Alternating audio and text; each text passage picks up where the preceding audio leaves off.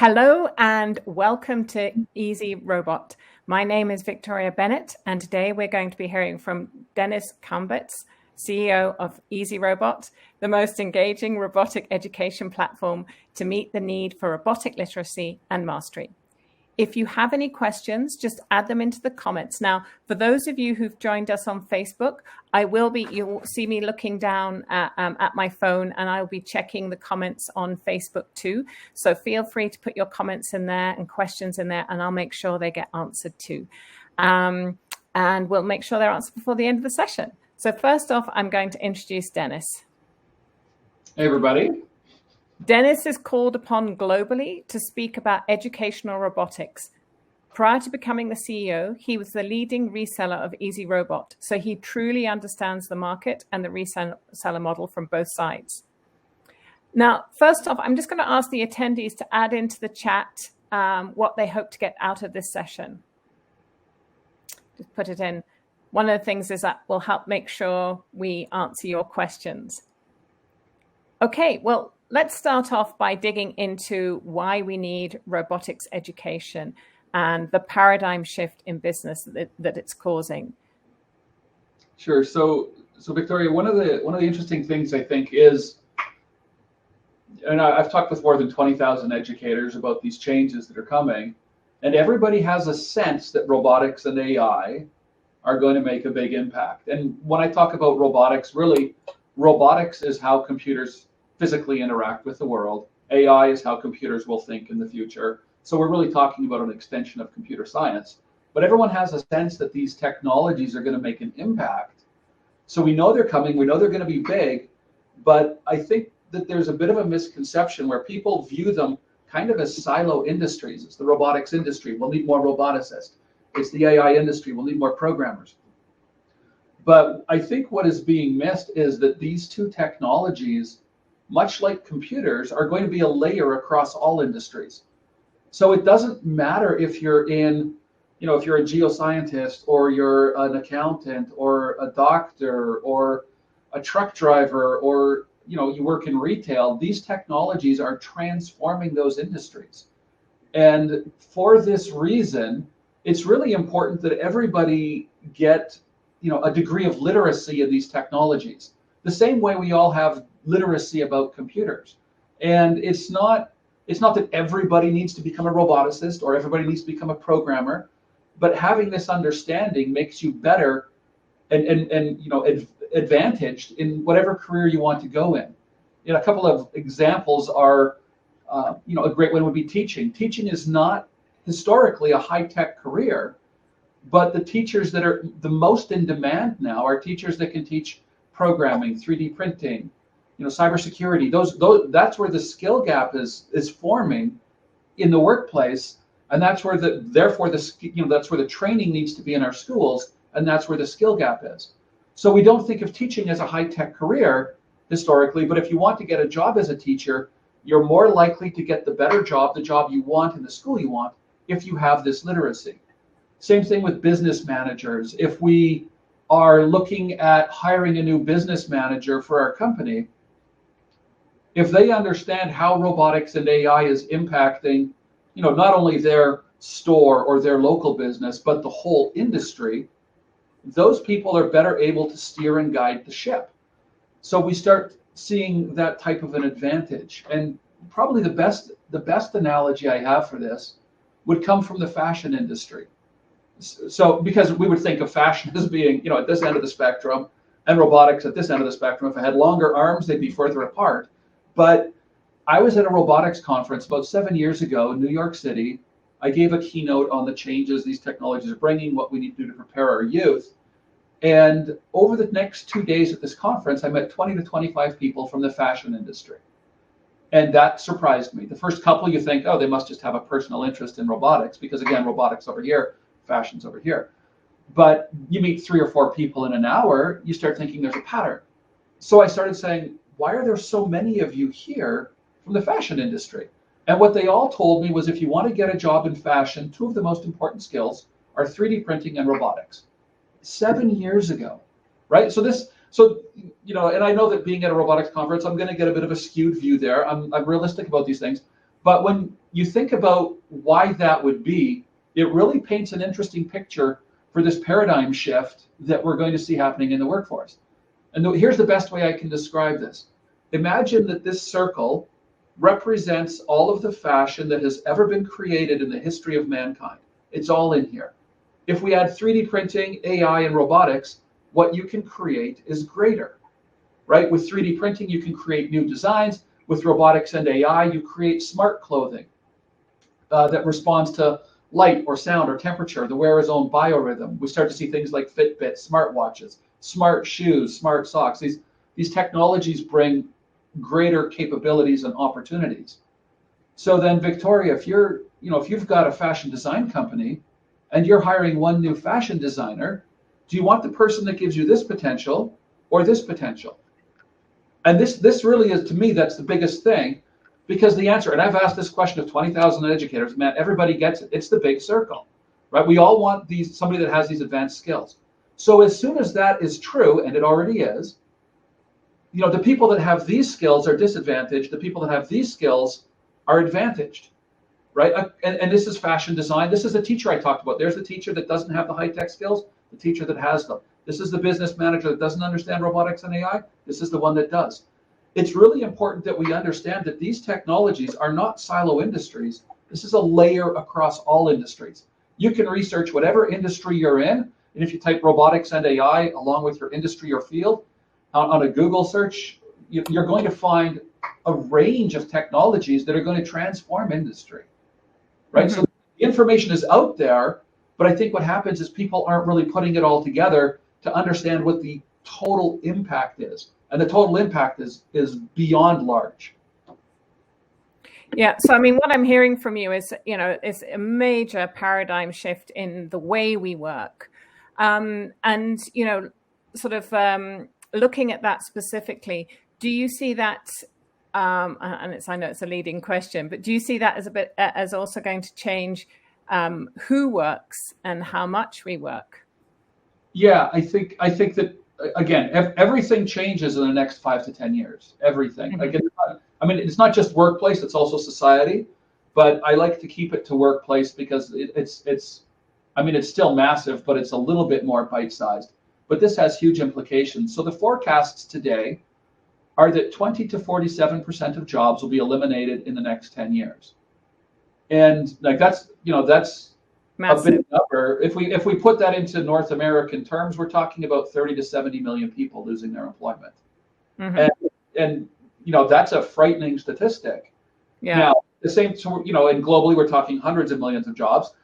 At the same time, there'll be, tens of millions of new jobs. I don't know if it'll be a 1-to-1 ratio. Hopefully it is. Hopefully it's better than 1-to-1, in terms of new opportunities. But it does point to a picture that we need to do significant upskilling.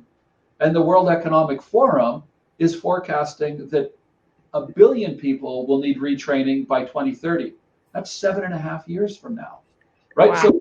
So these changes are unprecedentedly large. Nothing that has come before in the workforce will resemble this.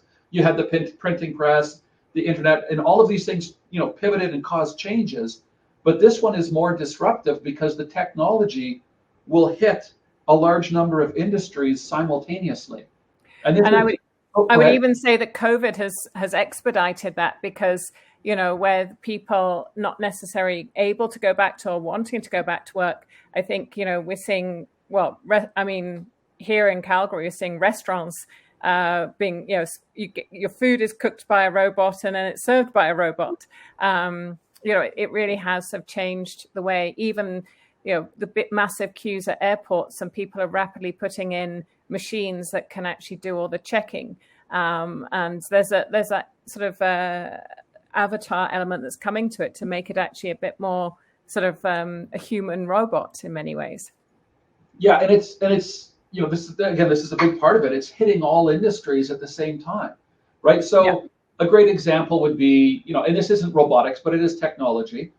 You walk into a McDonald's and there's touchscreen ordering, right? And so we have to think about what that process looks like, because this paints a picture that we can use to extrapolate across the entire hospitality industry, and then we can extrapolate across the entire workforce. But 4 years ago, those touchscreen ordering, like that wasn't in any McDonald's. And so what happens is they put it in a few restaurants, they test it, and it works out, and they're like, okay, this is awesome. As soon as they prove that it is a financial benefit or a workflow benefit, it goes across all instances of that company globally, right? So now I talk to people from around the world. The touchscreen ordering in McDonald's restaurants is pretty much everywhere. I think I've talked to one person in the last 2 years that didn't have it in theirs, but it's pretty much everywhere. And so now once one company proves a technology, other companies that compete with that company also need to adopt that technology, or at least want to, because there's economic or financial benefit. So now we start to see companies like Burger King, Panera Bread, Chick-fil-A, Subway, right? And those companies start to put it in, right? So that's one technology. But what happens when McDonald's goes, hey, robotic chefs? And those start to come across the industry. And there's robotic coffee shops, right? So the interesting thing is the second big takeaway I had from that conference that I did in New York, right? I did that keynote. I met the fashion people, but I also wasn't sure how my presentation was going to be received by the robotics community, because these are the people that are making these changes. And so I wasn't sure if they would, think that I was overreacting, or, if I wasn't seeing things correctly. But the flip side of that happened. I had a large number of people, and these are engineers, they're roboticists, they're the people that are making this transition happen. What they said to me was, I've never thought of it that way. So this is an interesting thing. These are the people that are making these changes that aren't necessarily looking at the societal impact, right? It's one thing if you're an engineer, you go from A to B, and you're an awesome engineer, so you're going to make it to B, and that brings a technological change. That's the touchscreen ordering at the McDonald's, right? So that's your thing. But what's happening is we're not taking a 20,000-foot view to say what happens when 500,000 engineers are all going from A to B, and everybody gets to B at about the same time. And what that produces is a tectonic change in the workplace. And this really, Victoria, this is why I got involved in educational robotics 9 years ago, is because I started to understand this. And I was like, man, this shift is going to be enormous. And so what this means, because of the change that's happening in the workforce, it means we need an equivalent size change within education to prepare our youth. I was going to say, what sort of education do people actually need? Or, what do and I'm saying people, but I'm talking about from, children, all the way up. You've mentioned the World Education Forum with retraining, but let's focus in on the children. What do they need? So I'm a huge proponent that all of our children need robotics literacy. They need AI literacy. Again, your business manager doesn't have to be a programmer, but they need to have that literacy, right? And if they don't, your company is going to suffer at the hands of another company that has a manager with that knowledge, right? And so the big thing for me is, how do we get robotics education to everybody? And this is something that is, it's a change that is happening in the education system. Educators recognize this is coming. They don't, necessarily know the scope and speed with which it's coming, but there's a general movement towards stronger STEM education, stronger robotics education. But one of the challenges that happens is the way robotics is currently being taught in schools, the engagement levels are very, very low. And so there's a bit of a misunderstanding about what the job is that needs doing. So here's a great example. Now think about what we've talked about. Everybody needs this literacy because this technology will impact all industries. And then I'll talk to a principal at a school that's very forward thinking, and they'll let's say 2 or 3 years ago have said, robotics is coming. We should have a robotics option so that the kids that are interested in this can take robotics and learn robotics. That is very forward thinking. That principal deserves a gold star. That's excellent. It really is, right? That's the kind of leadership we want to see. But what's happening is the workforce is pivoting so much that the base requirement that we need to see is changing. And so before, it used to be awesome to give the students that are interested in robotics the opportunity to gain some proficiency and build their skills up in this area. But now what we understand is we need everybody to have this literacy. That's really the most important thing societally. And when we look at the way robotics is being taught in schools, enrollment levels are very low. At the high school level, average enrollment is 3% of boys and 0.3% of girls in schools that have robotics programs. A lot of schools don't have them yet. But to put some meat on those numbers, 3% of boys and 3.3% of girls in a school of 2,000 students, 1,000 boys, 1,000 girls, that's 30 boys and 3 girls getting this education. 1,967 not getting any literacy about these two technologies that are going to transform all aspects of the workforce. And so it's a crisis. Go ahead. Yeah. So what I'm hearing from you then is this is education that every child needs.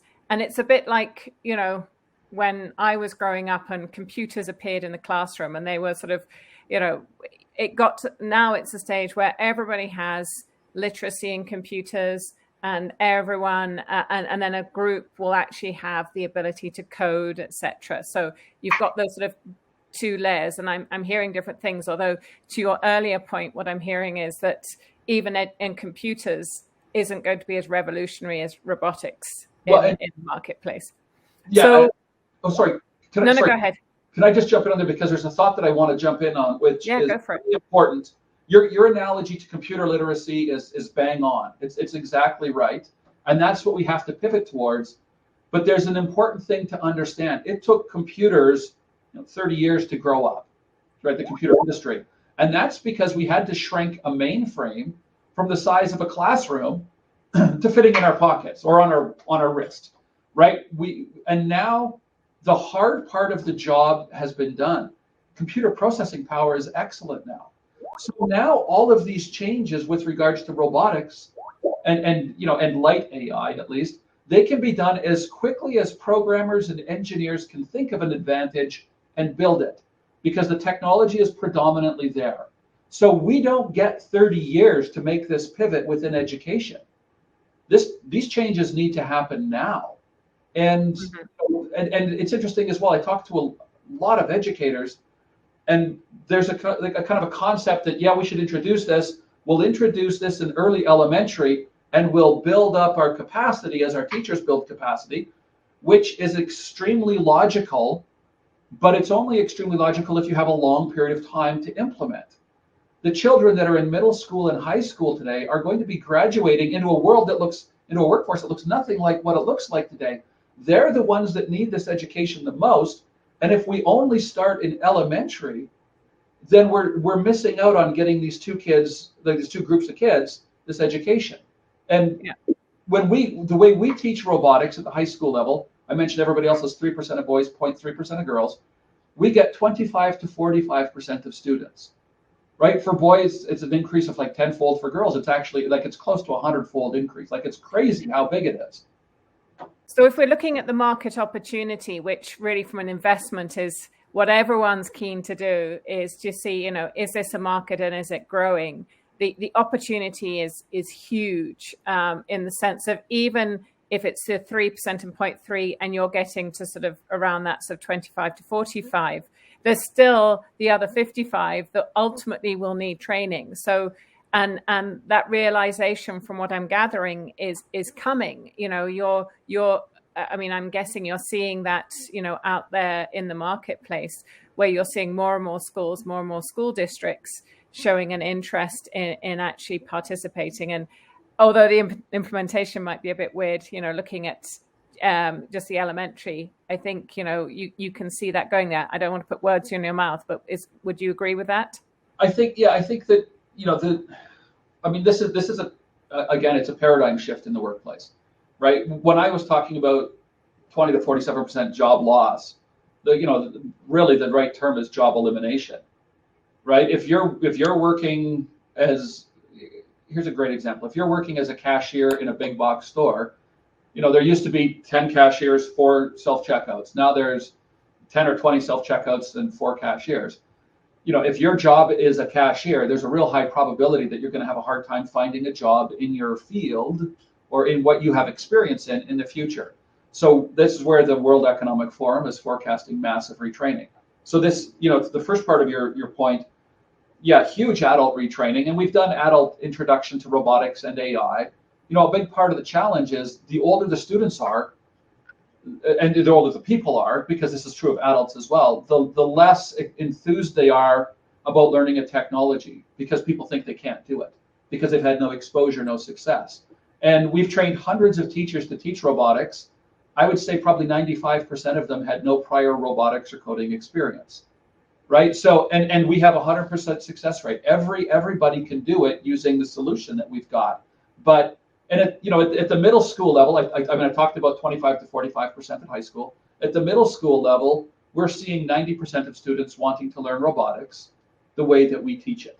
And so, and 90%, that is a solution, right? And so, and then in elementary, it's up around 95, 98%, right? So starting young is important. We've got to get these children in young, because when they're young, they're open-minded, they're enthused. But simultaneously, we have to be aware that we have a bubble of students graduating that aren't going to have, they're going to be these people, not these people. Yeah. And if we want society to be healthy, we need to make sure that we have a lot of these people, because things are going to get very competitive. And this is important to understand. I talked about you're going to hire this person or this person. Well, it's not just person to person, it's company to company. Is your company going to be this company or this company? Is your city going to have a lot of these people or these people? State or your province or your country, right? The job loss and the impact will be felt by every country across the planet. The new opportunities will come to the countries or regions or communities where there's a high level of intellectual, technological infrastructure, right? And we're very lucky. I mean, if you look at the world, China and Russia are number 1 and number 2 when it comes to AI. And then number 3 is the UK and number 4 is Canada. And, where is the sort of the center of excellence? There's some going on in Ontario, I'll give them that. But I mean, Alberta is it. So you are perfectly positioned to capitalize on that. But, I know you're much broader than just Canada, but location wise, you're in that place to be that larger circle and to be that place of success. Awesome. So let me talk about that for just a second. And I think we're well located for this, but it's when we talk about Canada being 4th in the world in AI. Yeah, we're talking about a massively small percentage of our population. It's not just about having a couple of companies doing this or leading a couple of universities and then the rest of society not understanding this. And that really comes down to that literacy aspect that I was talking about again, right? And I've worked with petroleum associations, engineering associations, the Canadian Heavy Oil Association, helping them understand these technology changes that are coming. And it's really important within these sectors to start to build that knowledge base and infrastructure up. And here's a great visual way that I can represent this. Like, just think about your child's school, your grandchildren's school, the skills that they're learning, and then think about who has an advantage if everybody in that school can do this. Right? If everybody coming out of that middle school is confident building and programming robots, what kind of advantage do those children have? And now think about what happens if a city jumps on board with this. Does that city have economic advantage? Massively, because all of this new opportunity that's coming is coming to that city because everybody understands it, have this literacy, right? So the economic implications are going to be enormous. And when the economic implications are enormous, the societal implications are enormous, because increased job loss equals increased lowered psychological well-being, emotional well-being, increased crime because people become more desperate, right? Like, if we want to preserve the incredible country that we have, it is critically important to make sure that we're getting this high level of literacy and that we're leading in that area. And I would say the same is true of the US or any country in the world. Yeah. Whoever gets this first is going to be tremendously advantaged. And I think you made a really interesting point earlier about how, you've taught all these teachers to teach robotics, but you haven't necessarily just focused on the STEM subjects. because of course robotics impacts everything, that you've actually, every single teacher can and should be using robotics as part of, or including robotics as part of their educational process. Yeah, and it's interesting. We had we recently got a new client, the Amman Baccalaureate School in Jordan, and they, they're very excited, and straight out of the gate they're like, okay, how can we teach math with robotics? And I thought that was so great. I'm like, awesome, because you can teach a lot, and when it's visual, people retain the knowledge much better when it's tactile as well. And so there's a lot of great reasons to teach math through robotics or science through robotics and stuff. But the interesting thing was, I said, I'm super excited that you want to go here. That's awesome. First, we have to get a level of literacy. Your kids all need that literacy. Your teachers all need that literacy. And this is an important aspect. Really, what we're looking for is culture change within a school. So that everybody has an understanding and a comfort level with this, and then you can start to integrate it across the curriculum. And so. And this goes back to my earlier comment that we've trained hundreds of teachers. 95% of them had no prior experience. If you have a very complex and difficult product, you can't go cross-curricular because all of your other teachers don't have time to learn it. They don't have the base level skills to build on top. So you need to have a good system. It's we've got an incredible robotics product, but our solution is much more than that. It's our strategies for engaging children. It's our strategies for training teachers. It's our curriculum, which is self-directed. Our introduction to robotics curriculum was written by a social studies curriculum writer. And the reason for that is twofold. And like initially, like we were debating, like, should we go to get somebody from Carnegie Mellon or Waterloo or somebody that's got this high level knowledge. And the reason we didn't is because what we know is if your robotics curriculum is too engineering minded, it only appeals to the engineering minded kids. So we went 180 degrees. We went over to somebody that had almost no technical knowledge. And so we had to teach them over the span of a year everything that they were going to put into their curriculum. And it was such a good decision because really in the first phone call, I had sent her one of these robots and I said, okay, the first thing we need to do, this power switch on the back of the robot, reach around behind it, we're going to turn it on, we have to calibrate the servos. Her comment back to me was, what's a servo? And I'm like, awesome, step back. First thing we have to do is talk about the parts of a robot. And there were so many occasions like that where I was overstepping what her knowledge was. But because of the process that we took, now we've got a curriculum that everybody can understand because it's such bite-sized pieces. Everybody can teach, it's self-directed. Right, so the kids can grow at their own pace. And we're using the same curriculum for an introduction for fourth graders as what we use for high school students and university students. High school students and university students go much faster through it. But it's still, if you're learning French, the first word is bonjour. Like it's always, you start at the start. It doesn't matter how old you are. And it's the same thing with adults. I've done, like I said, introduction to robotics and AI training courses. And we're running them through that same process, the same scaffolding of skills that we use for 10-year-olds. And the impact is huge, right? Because a lot of adults, if you say it's time to learn robotics, they're going to be like, no, thank you. It's super inspiring and engaging, and you have to make sure that they're getting wins constantly through that process to build that confidence level up. That's what makes people confident enough and willing to take those next steps. So let's try and put some numbers around this. What do you see as the sort of current market size for education robotics? Where do you see it going? So the current market is pegged at 1.1 billion US, and it is forecast. That was a B. Yeah, that was a B, billion. Yeah, it's forecast to grow at about 20% for at least the next 6 years, reaching just over 3 billion in 2028.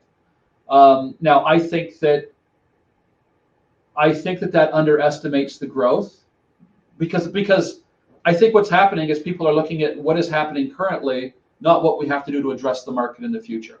So I think it's probably tangibly larger than that, but 20% growth per year is a very strong growth industry. That's an incredibly large growth. And I mean, I think it's fair to say, I mean, you've been around, Easy Robot has been around since 2012.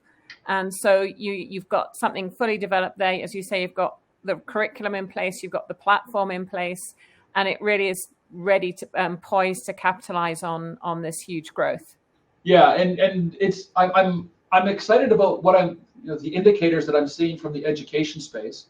I mean, both great for the business as well, but also from a humanity type perspective, where, for the first 6 years or so that I was doing this, it was, a school. It was a principal that was interested. It was a school, and we would make a sale, implement in that school, and build them up. And those kids are now, doing better. And now what we're starting to see as we emerge from COVID is we're being contacted by more districts and stuff, and it's still not anywhere close to what it will become, because it's a massive growth curve.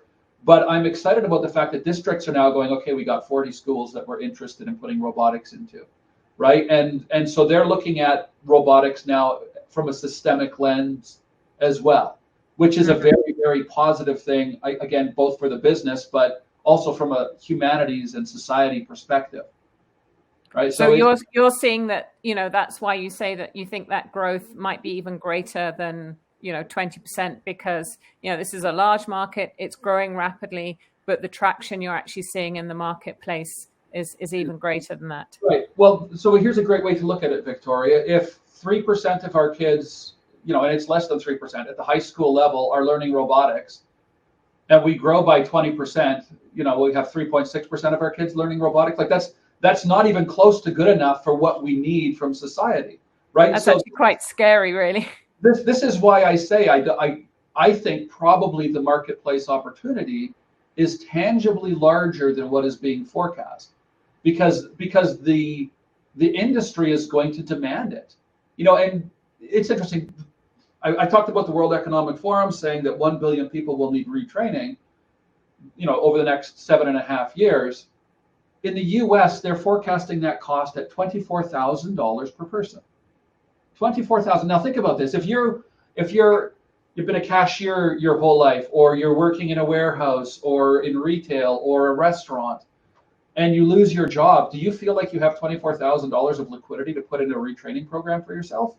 Like that's no, right? So we're going to see, and when I talk about the societal implications, these are massive. And when I talk, side note, when I talk about, do you want your business manager to be this people?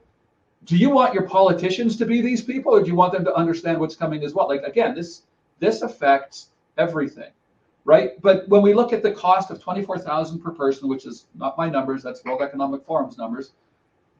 When we implement robotics into a school, to get kids robotics literacy, because again, I think that's the critical thing. If a school amortizes the cost of putting that robotics program in, and they're able to optimize their schedule, the cost per student is $7 each. $7, $24,000. Like so when we talk about, again, the size of change that's coming, as governments start to go, holy cow, we're seeing unemployment rise. What we have to do, more kids have to understand this, put more budget towards this. So I think that this paradigm shift is going to cause a larger growth. If the industry is only 20%, okay, then that's what it is. But I think it's probably going to be larger. And Victoria, I think that realistically, we're not forecasting 20%. From an investment perspective, we have a product that engages, 10 times as many kids. When we understand the changes that are coming, our percentage of the whole robotics, educational robotics marketplace right now is this. Mm-hmm. But when you have the best product and you have the solution, I've been doing this for a decade, right? So we've got good training programs, we've got good curriculum, we understand the whole process from a holistic perspective. And when we start working with educators, we don't just go, here's your robots, away you go. We bring them into the whole process and cycle to ensure that they have a successful program, right? So with that, armed with that, I think that it would be, if the market grows at 20%, it would be stunning for us to not grow at magnitudes higher than that. Yeah. So what I'm hearing is, the reason we need robotics education is because that's where industry is going. There is definitely a paradigm shift, and we need to make sure that education keeps up with it. The numbers, the size of growth that you're seeing and that's the industry seeing is enormous to have, significant double-digit growth. But you really are poised to sort of capture that growth.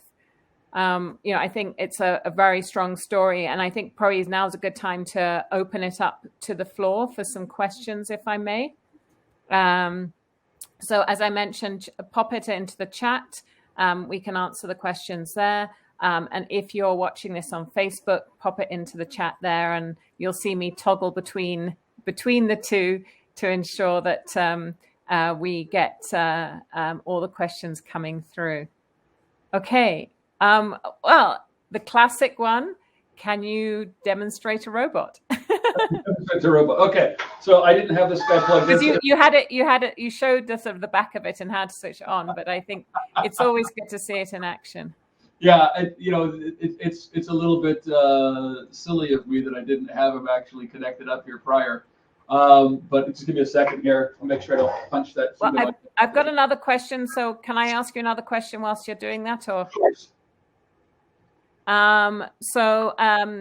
Obviously somebody signed up for our newsletter. So thank you to everyone who has signed up to get the information around the investment. And they saw that you are TFSA RRSP eligible, and was just wanting to get some more information about that. Okay, that's super exciting for us. So now people can invest in Easy Robot through their existing TFSA, RRSP, or LIRA, or they can make a new deposit into their RRSP and invest that way. Mm-hmm. And that has some real nice benefits. If people are making that new deposit, then they get the tax break. So the financial benefit is potentially even greater because they're deferring 20, 30, 40% taxes, right? So that's an excellent thing. With regards to the process, they can contact Equivesto. That's our exempt market dealer. That's where we're doing our crowdfund through. And so they can contact Equivesto, and Equivesto can walk them through the process. So from our perspective, it's exciting because we're starting to see a real uptick now that that's live. And the other interesting thing is, I think a lot of people right now, the markets are a little bit haywire, right? And so there's a little bit of uncertainty about what's happening and what's going on. The RRSP is a really neat scenario because people are already taking that money. It's almost like it's a different bucket for people, I think, right? So it's like, okay, this is my long-term investment money, and then this is my discretionary money where I might invest it or I might buy a new barbecue or whatever it might be, right? So but this allows people to use their investment bucket to do investing in Easy Robot. So I think that's really exciting. Okay, excellent. No, I think that's great. And just to reiterate, so minimum investment would be $2,500, I believe, and Equivesto is great at walking people through the process. So just ping, I think it's Alexander, the MD, and he will help you. Yeah. So I can see somebody's eyes flashing at me. So, okay, so just to clarify, it's $1,000 as a minimum investment outside of an RRSP. Within the RRSP is $2,500.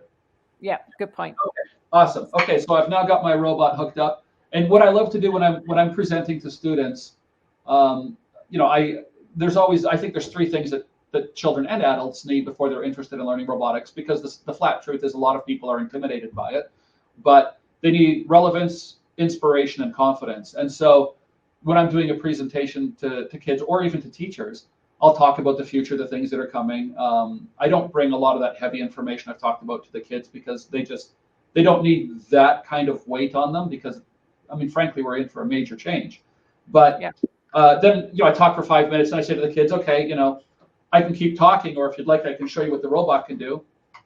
And everybody wants to see the robot. I'm actually going to sneak in because Rick's asked a question that I actually think you could probably answer at the same time. Okay. So he asks, what is the education focused on, software or hardware? So I thought that would be a timely question to sneak in. Excellent. Okay, and the answer is going to really be both, but I've got a really great answer for you, Rick. So just give me a second. So what I'll do is I'll say to the kids, this is JD, and I'll let them know that we can control JD with a computer, Android phone, iPhone, Xbox 360 controller, Wii remote, virtual reality glasses. So we see what JD sees. We move our head, JD moves his head. But here's my favorite way to control JD. JD, show me how strong you are. And Victoria, when I do this in a classroom, like you talk and you think you're a compelling speaker, and you think you've got the audience engaged, and then the robot does push-ups, and you recognize that you didn't have them, right? Like because all the kids are starting like the craning around, they get the whoa and stuff, and kids are really excited. And then I'll typically say to the robot, JD, what else can you do?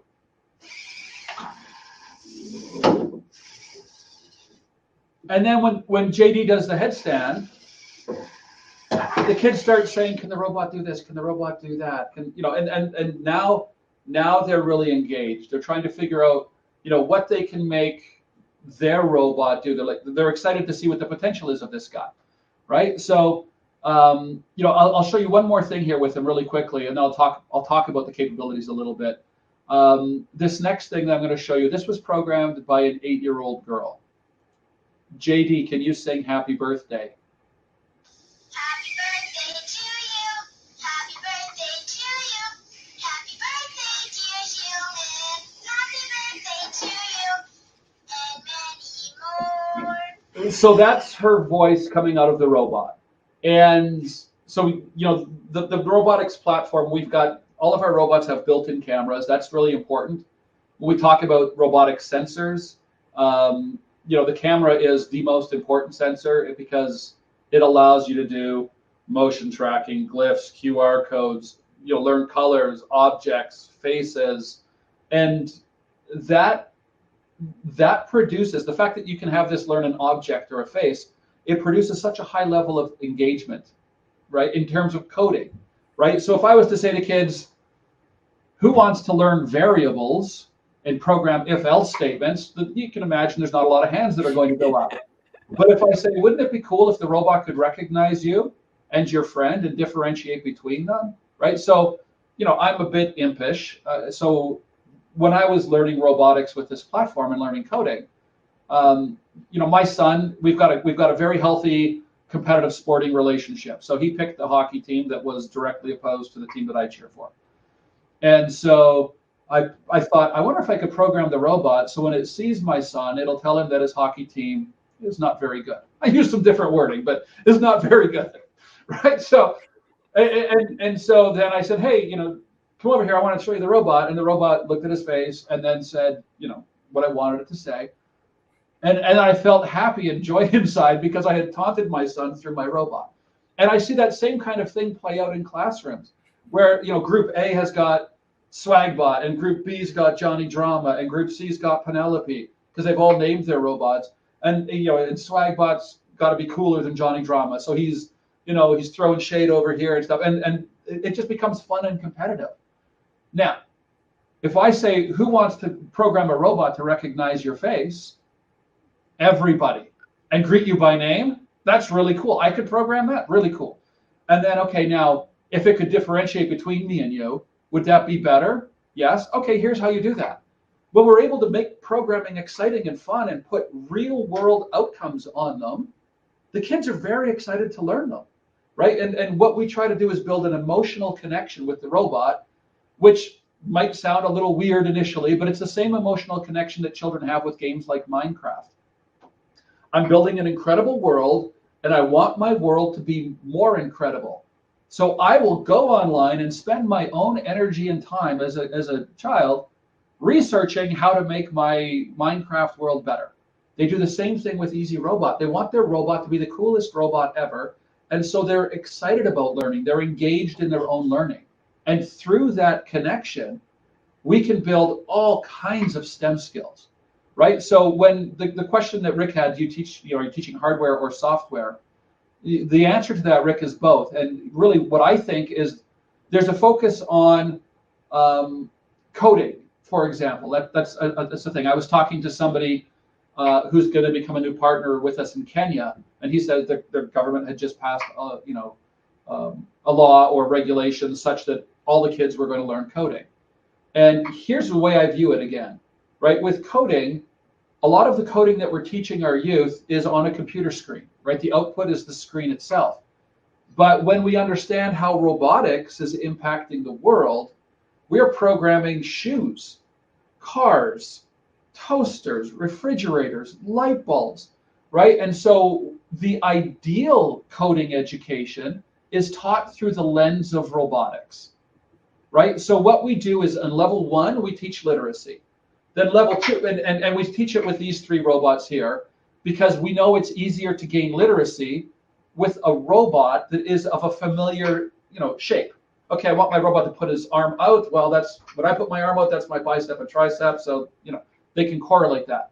And then you've got a spider, familiar shape again as well. But they're different shapes because we want them to start to think about design thinking.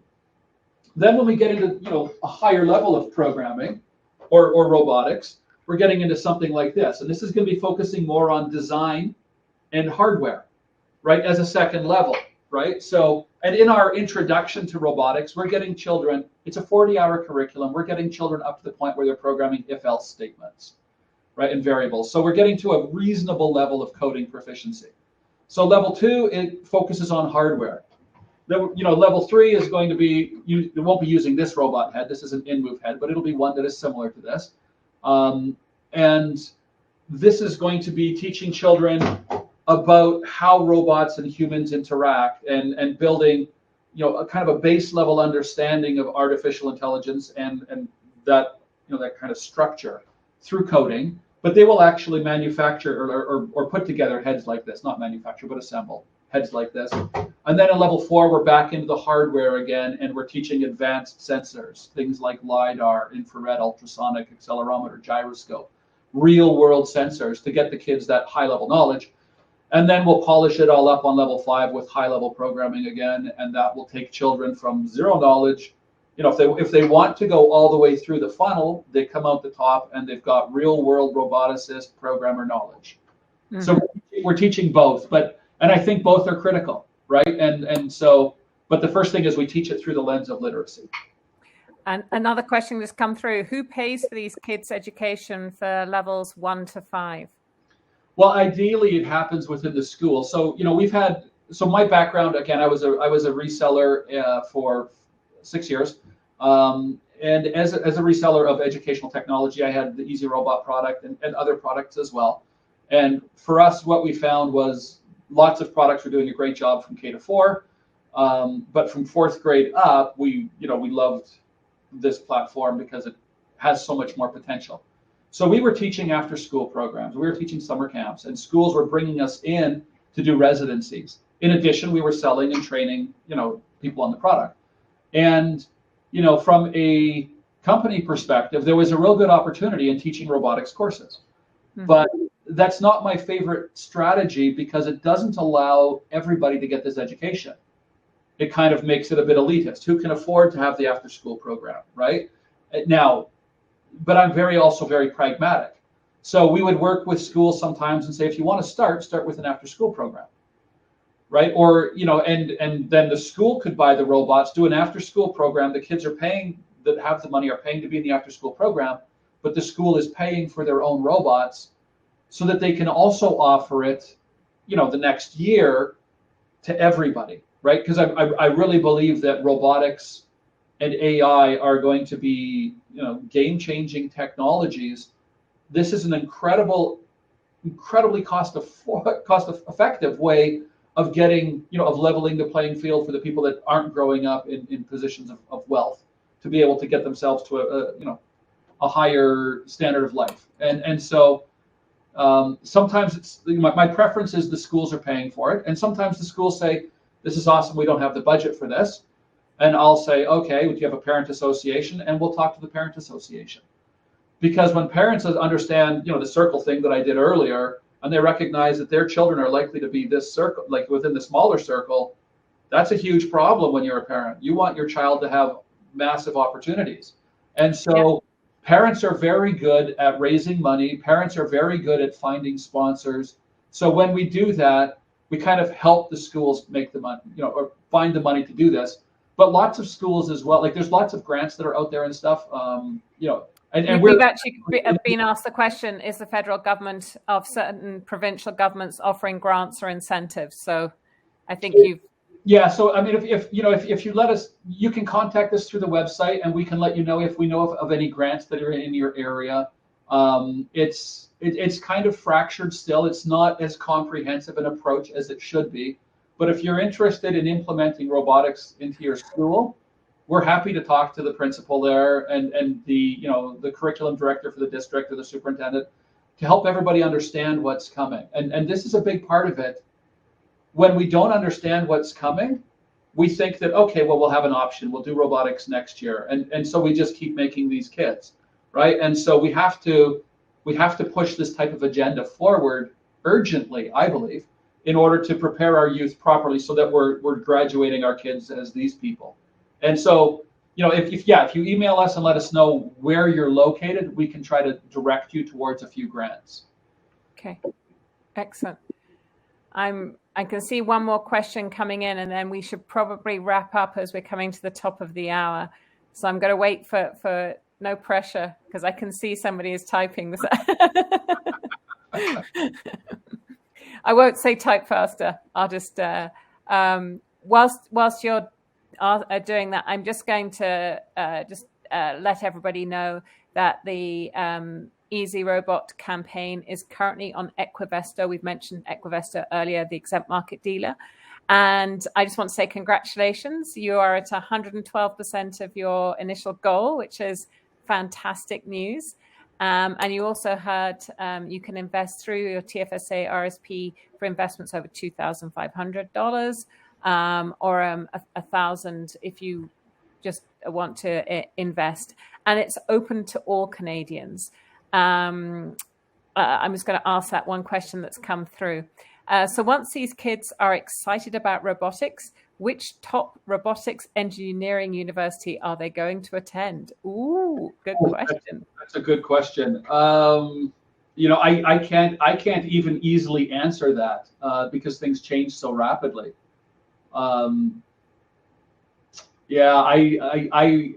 here's what I'd say. Contact me and I'll let you know which ones I think are great, but I don't want to rank, and the truth is, honestly, if I rank them, because things change so quickly in this, I might not rank them correctly. So if you contact us, I'm happy to provide you with a little bit of guidance and direction to steer you the right way.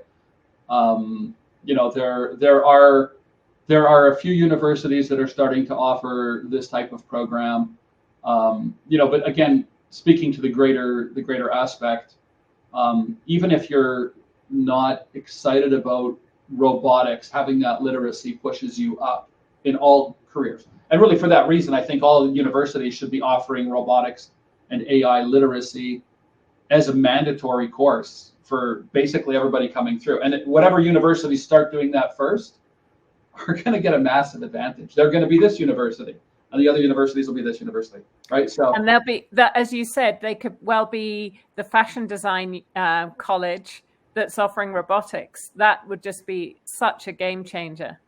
Yeah, it's a huge boost for everybody. And I just had one more thought. I wanted to go back really quickly to the financing question. We are working now, and we haven't finalized the deal, but I expect we will very shortly. And if we don't finalize it with this organization, we'll find another one. But we're working to be able to bring financing opportunities to schools, right? So a classroom set is, of 15 robots, curriculum training is $9,000 US. But if we're able to finance that over 5 years and get that price down to a couple $1,000s, that makes, a year, that makes a huge difference in terms of affordability. So again, I can't recall who was asking that question, but if you're looking at it and looking for ways to finance it, contact us, because there are tools and mechanisms that we can help out with. Excellent. Well, I just want to say thank you, everyone, for attending today. Thank you, Dennis, for your insight and for bringing JD and your whole team. I think you've clearly demonstrated, and sorry, I should actually say you actually have a human team as well. Sorry, I just got to clarify that one. But I think you've clearly communicated, why we need robotics education, what's going on in the marketplace, and really just the size of it all. So for anybody, who wants to get more information on the investment, you can go to Equivesto, EQUIVESTO.com, and you'll find more information there. Please go to the website and sign up for the weekly update, which will let you know all the exciting news. And I can tell you, talking to Dennis, it's almost every week there's a new bit of traction that you're seeing. So, it's good for you to know that, but also just to get the background on the investment. So thank you everyone for today. And we will be having these weekly, and each week we'll have a slightly different topic. So if you prefer to read it, get the newsletter. If you prefer to see it, join the webinars. And the only thing I would say is we are debating whether to keep them daytime or move them to nighttime. So if you have any thoughts, would love to hear. We've done both, and we're trying to see which works best for people. So thank you very much, everyone. Thank you very much, Dennis, JD, and we look forward to seeing you next week. Thanks, everybody.